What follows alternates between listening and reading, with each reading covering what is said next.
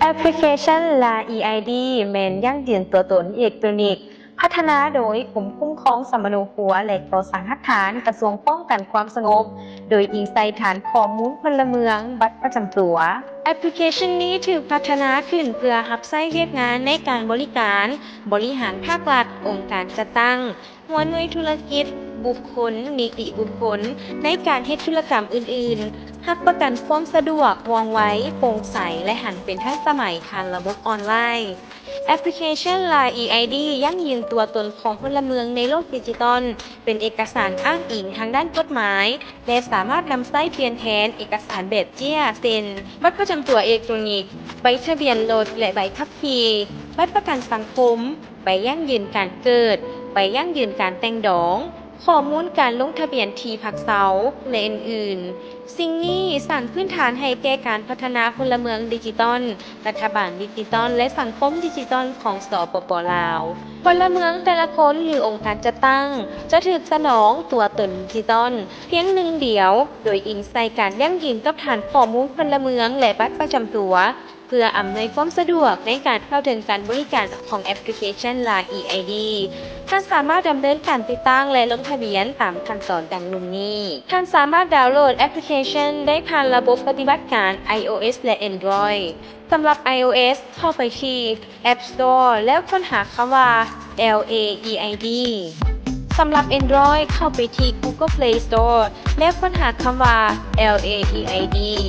กดปุ่มติดตั้งเพื่อเริ่มต้นการดาวน์โหลดลงในอุปกรณ์ของท่านขั้นตอนการลงทะเบียนนำไส้หลังจากการติดตั้งสำเร็จจากนั้นปฏิบัติตามขั้นตอนการสร้างบัญชีผู้ใช้ดังนี้เปิดแอปพลิเคชันเลือกเมนูลงทะเบียนใหม่ป้อนข้อมูลส่วนตัวตามที่ระบบกำหนดเช่นชื่อนามสกุลเบอร์โทรศัพท์หรืออีเมลสั่งรหัสผ่านใหม่เพื่อความปลอดภัยของบัญชีระบบจะส่งรหัส OTP ไปยังเบอร์โทรศัพท์หรืออีเมลที่ท่านลงทะเบียนกรุณาป้อนรหัสดังกล่าวเข้าในระบบเพื่อยืนยันขอควรระวังเพื่อความปลอดภัยท่านควรรักษารหัสผ่านและรหัส OTP ของท่านไว้เป็นความลับสำเร็จการลงทะเบียนท่านสามารถเริ่มต้นนำใช้การบริการต่างๆได้ทันทีหลังท่านดาวน์โหลดติดตั้งแอปพลิเคชันและลงทะเบียนสำเร็จแล้วท่านสามารถผูกบัญชีใบอนุญาตขับขี่บัตรประกันสังคมทะเบียนรถหนังสือผ่านแดนใบยั่งยืนการเกิดบัตรประกันสุขภาพและทะเบียนการแต่งงาน